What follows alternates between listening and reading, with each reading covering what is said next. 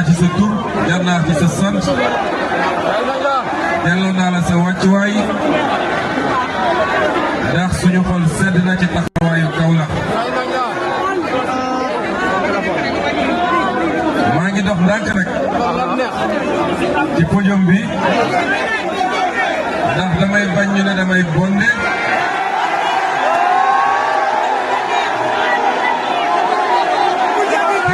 xam na ni samay tànk dëng rek waaye bondewu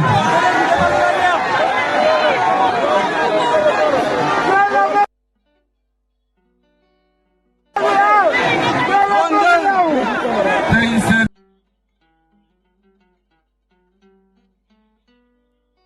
mobilisation bi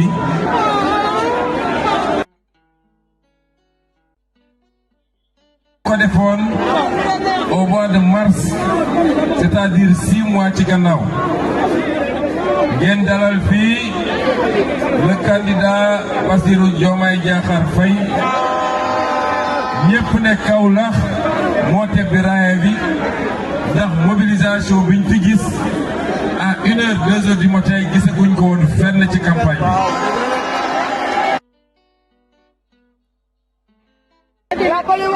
ngeen ñëwaat tey nag wane ni mbir mi du woon tàndus daanaka sax xeeboon ngeen ko kon yéen da ngeen wane seen taxawaay ci combat wu Pastef yéen waa Kaolack te loolu yemu leen ci mobilisation meeting wala caravane kon ñu ngi leen ciy gërëm bu baax waaye nag combat bi day door dinaa ci ñëwaat su may jeexal waxtaan bi dañ leen wax ni campagne bi campagne waxtaan ci liy defar réew mi la waxtaan ci programme waxtaan ci xam-xam waxtaan ci vision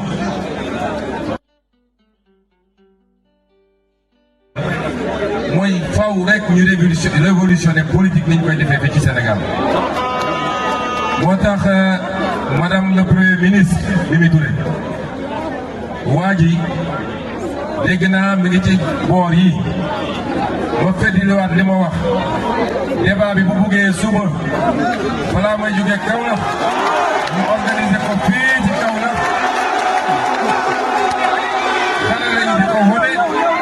adduna bi yëpp di ko gis waaye li ma leer ba leer mooy du musa jëw ndax moom xam na man xam naa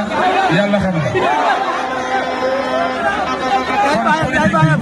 bi dañoo bëgg mu soppi ko ci niñ koy defee politique luy defar réew lañ ci war a wax teg ko ci xam-xam ak ci gis-gis moo tax ci programme bi ñu décidé ni fu ñu dem rek dañu def ñaar barki démb dégg nga ñu Mbuur ñu def suñu bilan juróom benni weer yi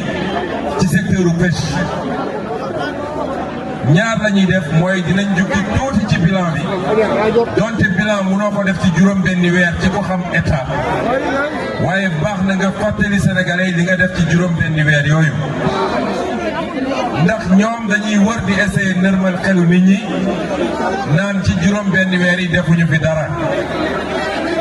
waaye baax na ñu koy fàttali ni premier pàcc bi ñaareelu pàcc bi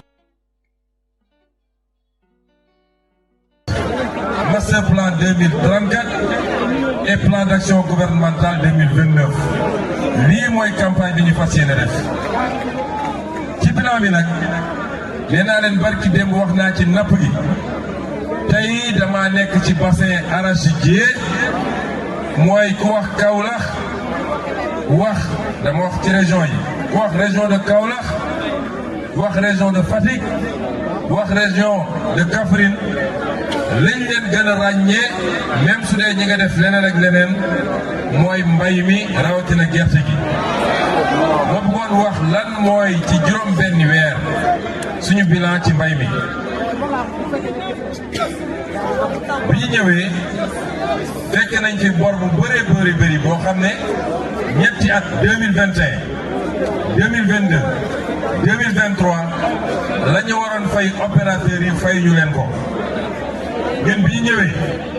bor boobu nga xam ne matoon na 46 milliards te ñu faroon ko jox opérateurs yi joxuñu ko fay nañ ko ci 2021 2022 2023 moom jeex tàkk. loolu moo permettre opérateurs yi amaat cawarte réinjecté xaalis ci circuit bi bam campagne ren bi mel ni mu mel. biñ ñëwee ba léegi ci bor yooyu dañ ñëwoon bor bi nga xam ne mooy bu 2023 bi lenn ci bor boobu il faut ñu càmbar ko ba noppi parce que xam na ñag mbir mi ni muy demee te bëri nañu ne bor la fekk du bor ndax kooku musul livré jiw musul livré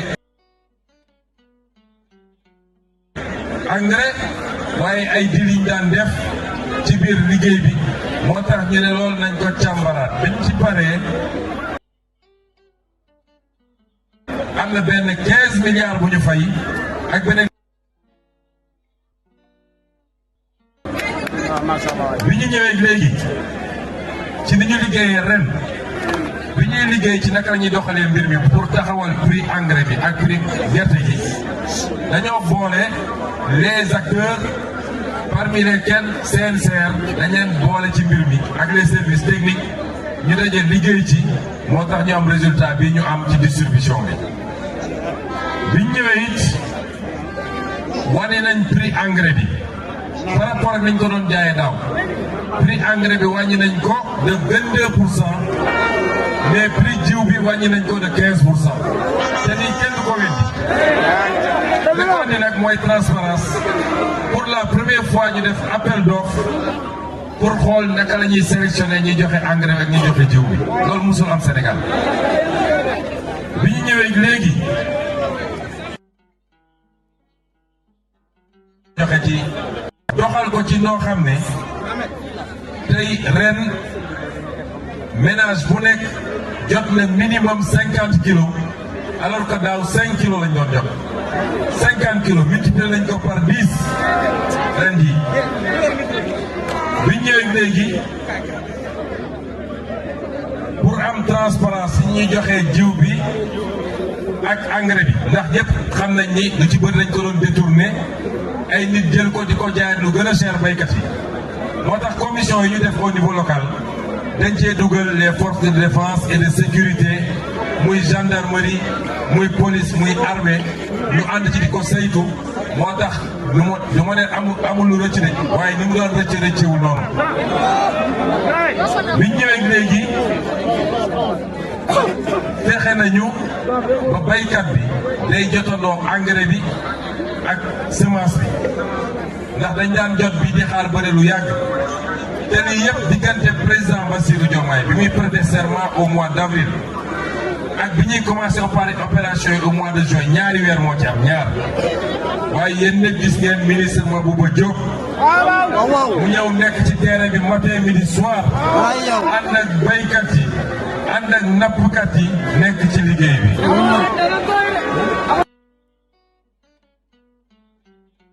bi ñu ñëwee léegi. ren wàññi nañu bu baax a baax semence écrémée yi wàññi ko de plus de 50%. waaye fii ak année prochaine ci ni ñu teg di ko liggéey ak ISRA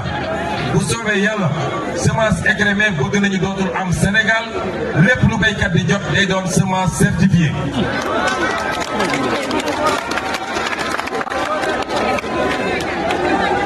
ci fan yi nag.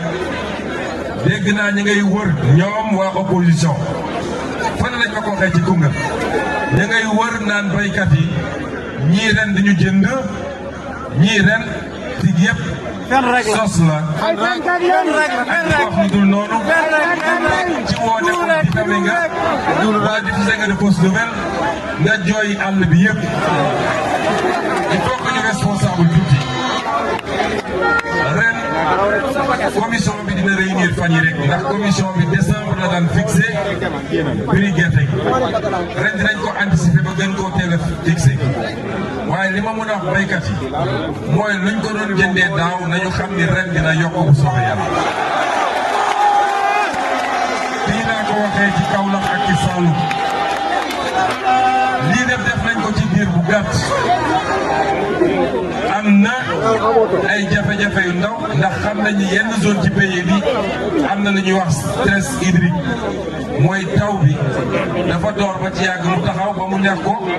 fi ñuy soxlawee commencé di def di mu ñëwaat ci anam boo xam ne mun na yàq lu bëri waaye programme bi ñu teg kii ñu nommé directeur général Sonacos gis ngeen biñ ko nommé juin la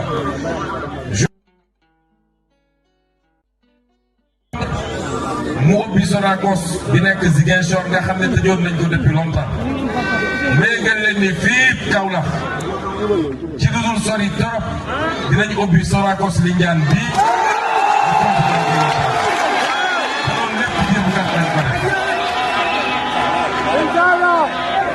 commercialisation bi xam nga lan la ñu directeur général Sonacos proposé yàgg ngeen ma dégg ma ne jaadu wut gerte gi yëpp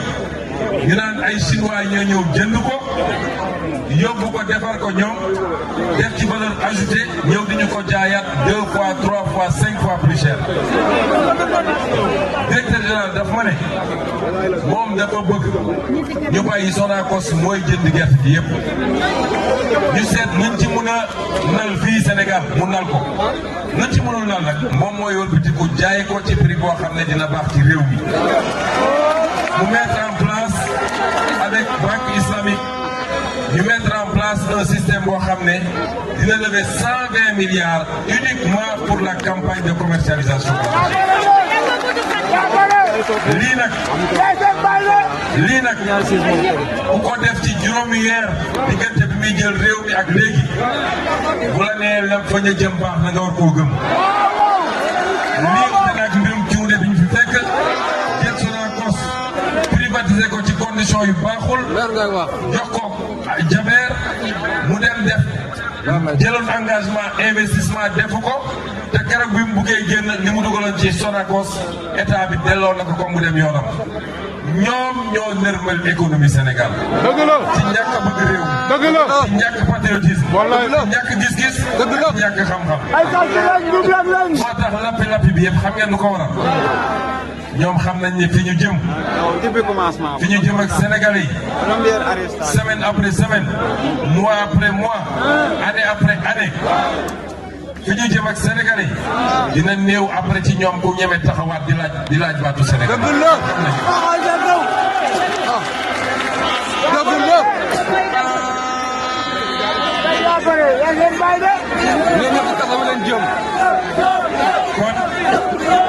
kon fi ñu bëgg a jëm ci lii ma wax nii ci Sonacos léegi am na ko wax bi muy tëj dafa ne Kaolack ku ko tuddaan rek wax Sonacos waaye au-delà de Sonacos dañu wax politique industrielle ñaareelu pàcc ci sama waxtaan ba bëgg cee dugg lii nga xam ne lu am solo la mooy yenn ci jàmbat yi nga xam ne bi ñu commencé tourner ba léegi dégg nañ ko dégg nañu ñu wax ci mbirum vol de bétail càccum njur mi ndax fii zone bi yëpp pôlu élevage la aussi ma bëgg a jox assurance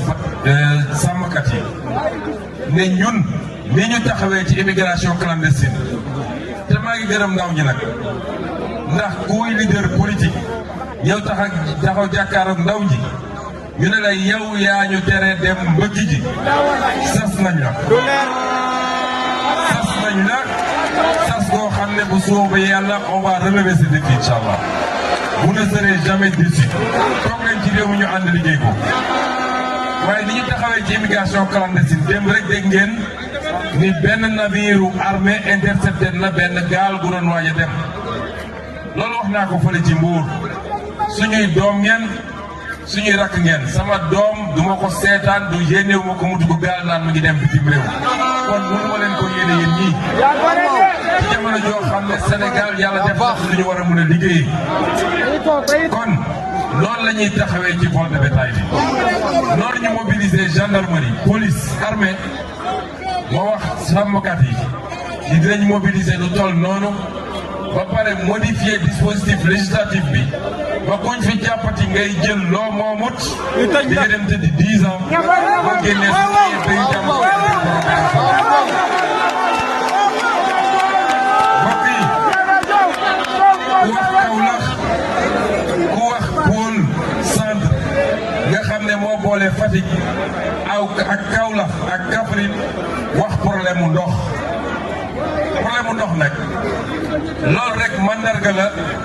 ci néeg Boubacar Camara wax léegi 1960 ba léegi munoo tollale Sénégalais yi ci ndox bu baax bu ñuy naan loolu ci injustice la bokk ci inéquité territoriale la bokk moo tax bi ñu toogee rek premier conseil bi des ministres am na ay ministres yu toog fii président Bassirou Diomaye dafa ne moom bi muy nekk candidat pour jël mairie Ndiaganiao danaan dugg ci àll bi waaye li ko gënoon naqari mooy problème mu ndox mi non seulement ndox mi amul qualité zone bi yëpp ndox mi d'abord xoromu na wala xorome na yoolaa buy laaj olof la ndox du xoromu day xorome saf na saf waaye yemul ci loolu ñëpp xam nañ ni ndox mi dafa am quantité fluor yoo xam ne dafa jéggi dayoo te loolu bokk na ci ay problème mu santé yu muy andi moo tax nga boole koog nag boo duggee ci dëkku kaw yi forage yi dañ koo joxe en concession ñañu ko jox lañ non seulement dañu jox nit ñi ndox bu doy waaye li ñuy facturer mètre cube bi moo ëpp foofu lañ koy facturer ci dëkku taax yi premier conseil des ministres de poser problème ndox mi sant ma ne ma bu convoqué conseil interministériel yéen a ngi doon seetaan bi ñu convoqué conseil interministériel ci problème mu ndox bi li ma digal ministre bi mooy non seulement dañu xoolaat renégocier concession yëpp waaye li ñuy jaayee mètre cube ndox à Dakar moom laa bëgg ñu jaayee ko Madaxun moom laa bëgg ñu jaayee ko fépp ci Sénégal parce que du yoon ñu ñàkk toll na Sénégal yi waaye fii ci pôle centre projet bi ñu am mooy à partir du bassin bii nekk Malem Hodar ñu koy wax le bassin captant de Malem Hodar ci diir bu gàtt projet bi ñu fay commencé mu war a générer 250 000 mètres cubes d'eau par jour dina régler problème mu Kaffrine dina régler problème mu Guinguinéo Gossas Kaolack Fatick Foundiougne képp ci zone bi dina régler problème boobu parce que soo mënul garantir population yi ndox mu baax boo leen liggéey développement yaa ngi leen di nax mais yemuñu ci foofu ndax barrage yu Samba Ngalu bi nga xam ne soriwul fii mu am luñ ci dooroon ñoom waaye comme li ñuy def rek lépp lu ñu door duñ ko yeggali ñan ko fa ne ñukk ci fan yii fas yéene nañ ko relancer ndax barrage boobu war na permettre ñu générer 40 000 hectares de terre irriguée pour mu gën a yombal mbay mi dans toute cette zone là waaye it projet bi ñu am ci baaw bolon yi nekk fii war na générer plus de 30 000 hectares de terre irriguée pour zone bi mën a gën a naat ci mbay waaye mbay mi bañ a doon mbayu nawet kese ñu mën a bay nawet bay noor parce que loolu mooy bay buy andi développement boo ci buggee teg ay unité de transformation boo ci buggee teg industrie mënul doon mbay moo xam ne nawet rek lay doon. kon mbokk yi fii mooy pôle centre pôle centre bi ñëpp xam nañu capacité am ak potentiel am pôle centre bi boo boolee ñetti région yi 2020 bi ñuy mujjee xayma mi ngi tolloon ci 2 millions 300 000 habitants waaye à l'horizon 2050 pôle bi dina toll ci 5 millions 400 000 habitants c'est-à-dire dina multiplier wu par 2 lii mooy pôle bi waaye booy xool ci PIB mooy ci koom-koom li mu représenté ci koom-koom néew na lool 0,8% la représenté ci PIB loolu néew na lool. ñu ne ñun nag à l'horizon 2050 pôle bii gën saa néew war na atteindre 11% du PIB national. pôle bii boo xoolee taux d'emploi bi il est de 15%. mooy ñi mat a liggéey yépp te war a yëngatu téeméer boo ci jël fukk ak juróom ñoo yëngatu normalement ñoo am lu ñu mën a tuddee un emploi décent. ñun ñu ne à l'horizon 2050 dafa war a atteindre 46%, mooy ful nañ ko ñetti yoon. lii mooy projet bi waaye loolu naka lañ koy defee mooy ba ci njëkk mooy agropole bi ñu war a def ci pôle bi te mu war a nekk fële ci région de Kaffrine ba lépp lu ñu bay fii lépp lu fi meññ lépp luy jógee ci exploitation yeneen ressources yi muy ressource horticole ba ci xorom bii ñuy tudd parce que si suñuy filière wax naa ko barki démb ci Fatick dafa am filière sel ndax Sénégal dafa am xorom waaye xorom bi dañ koy génne brut ba pare di importer di sel iodé ñu ne fii lañ koy transformer mu doon sel iodé ñu jël ci li ñu soxla li ci des ñu jaay ko bitim réew am ci devise mun a équilibrer suñu balance commerciale. agropole boobu lépp luy gerte lépp luy mboq lépp luy dugub dañoo bëgg désormais ñu koy transformer fii ci réew mi te loolu yomb na. ñu ne naka lañ koy defee ñëpp xam nañ ni pôle bii war na mën a doon une destination touristique de l'écotourisme waaye yëpp du tourisme religieux ndax foyer religieux yi fi nekk nit di bawoo fu ne Ghana Nigéria Gambie Guinée fu ne nit da koy bawoo di jublu si ci kaw la kon faaw rek ñu développer le tourisme religieux moo tax ñu am programme pour accompagner les cités religieuses ñu defar fa ay infrastructures régler la question de la salubrité parce que fu amul salubrité touriste du fa ñëw régler la question de l'assainissement ba nit ñi mën a jóge fu ne balaa nga naan nag waa bitim réew wax waa Sénégal ci boppam ndax ku ne war na mën a jóge fu sori ñëw ne damaa bëgg dem recueillir sama bopp wéet ak sama bopp def samay i'tikaaf jàng samay kaamil jege fu bërëb boo xam ne dinaa fa am dal bu ni mel loolu lañu bëgg a def waaye l'écotourisme bi ñuy wax man dama fanaan ba xëy fii ma dal ci complexe hôtelier bi mais dama félicité ci def loolu fii Kaolack tabax lu mel noonu sur pilotis def ko ci bras de fleuve bi nga jàkkaarloog fañ ne Buur Sine fala daan nappalusee ku wax fii wax les îles ku wax fii wax toutes les capacités yu pôle bi am kon développer tourisme nit di jógee fële ci àdduna waaye li may wax toujours sénégalais yi koo dajel mu ne damaa jëloon congé maa ngi woon Berlin maa ngi woon New York maa ngi woon soo ko nee xam nga Île du Saloum mu ne la xaw ma soo ko nee xam nga Île du Garonne mu ne la xaw ma soo ko nee xam nga les chutes de Dindéfélo mu ne xaw ma loolu la ñu bëgg a favoriser fii parce que loolu mooy doxal économie loolu moo tax complexe hôtelier yi mun a dox loolu bëgg nañ ko taxawal fii Kaolack. Kaolack dafa war a doon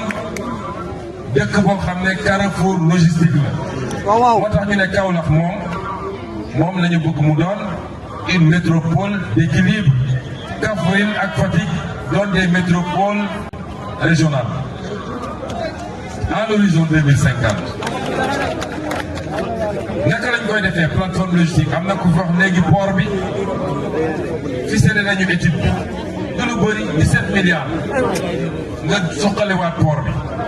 waaye dafa am yu bëri yu mu laaj bokk na ci am na ko tudd fii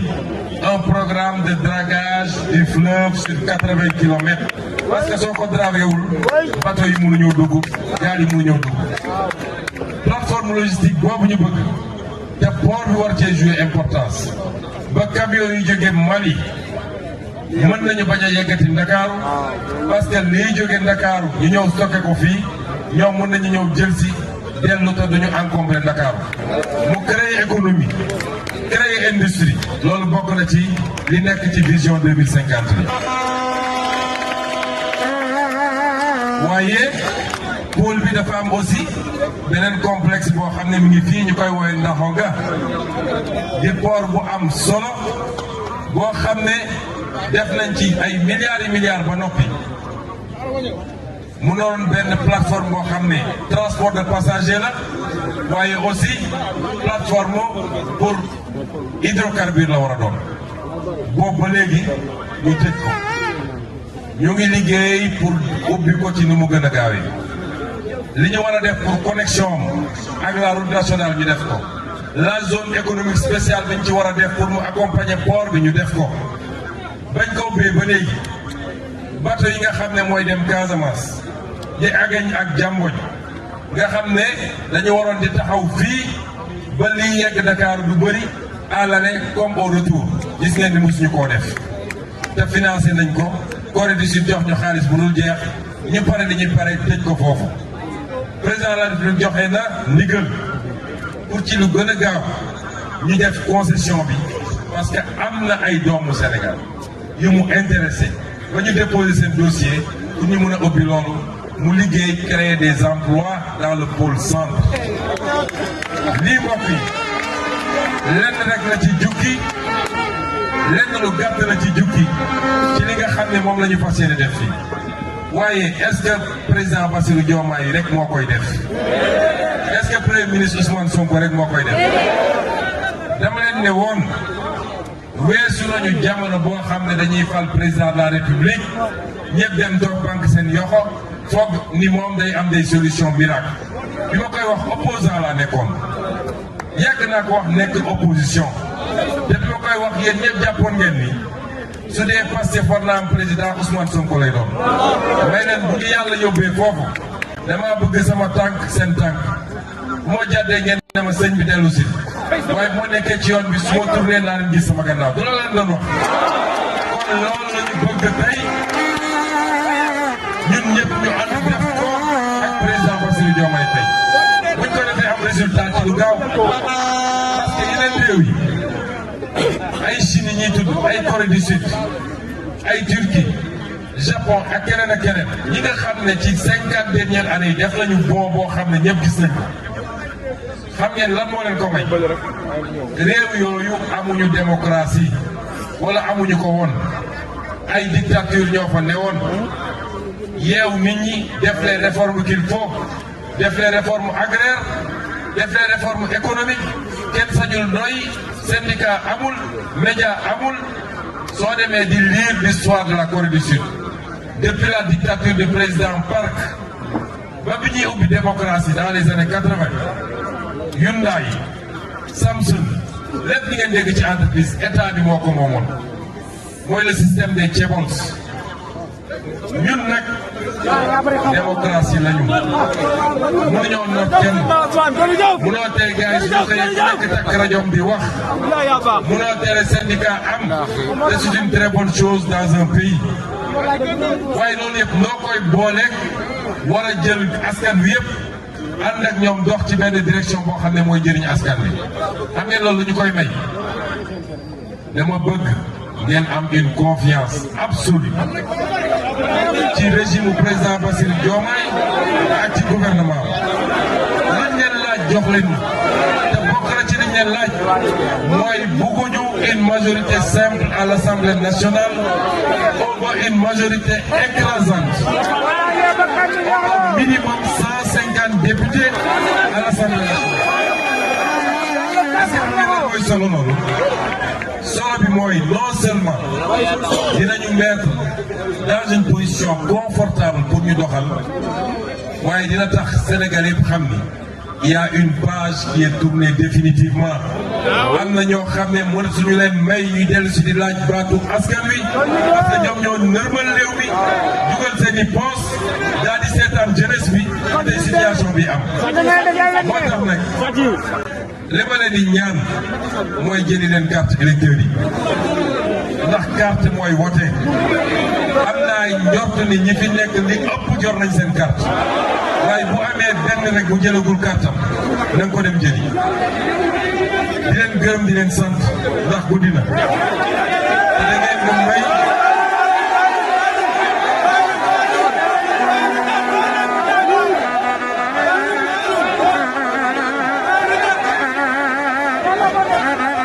di leen gërëm di leen sant ndax guddi na te lii waxuma Sénégal de waaye àdduna ba mu daj lii Pastef rek moo ko am àdduna ba mu daj nit ñi toog di la xaar ba 3 heures du matin kenn yënguwul nga ñëw ñu déglu religieusement xam leen ni du ngeen ñu gën a góore de dinañu liggéey lu ci nar a fekk lu ci nar a ñàkk waaye faw rek résultat am Sénégal te dina am incha allah ma daaneel ci wax ni élection violence amu ci place am fële ci Koungheul essayé nañu dañoo essayé ndax nag wax dëgg yàlla kuy song Pastef da ngay xaru gars yi nañu xam seen bopp cuuj day yem ci place su cuuj parti boo xam ne Macky Sall yor na réew mi ànd ak ay généraux dem jënd lu mu mën a jënd ci ay armes lu mu mën a jënd ci ay grenades lu ne mu andi ko teewul yéen ñii ngeen taxaw jàmmarloog moom ba jëlee ko fi waaye ma ne parti cabine téléphonique yii jàpp ni mën nañoo song Pastef la ñu yem vraiment Gakou gaañu na waaye li mu doon tëb di wàcc ci oto bi malheureusement moo ko andil choc ba loxo bi xaw cee demee noonu ñu ngi koy masaw waaye li des ci campagne bi ku jàmmaloo nag état am jafe-jafe tey mu yor li mu yoroon boole ci yor état boo xëyee di ko songu da ngay xaru dañuy yem pour le moment nag ñu ngi koy essayer régler ci yoon moo tax maître Abdinar mii toog yor lépp luy mbirum juridique ci coalition bi déposé na plainte ñuy ñaan justice mu def liggéeyam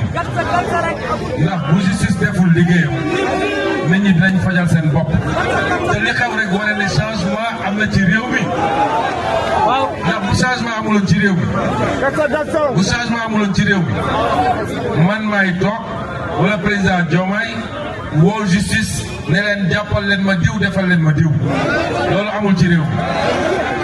man de musuma woote ne jàppal leen ma diw procès yii di am ba di am tey yii yàlla mi ma tiim waxuma ci yónneewuma ci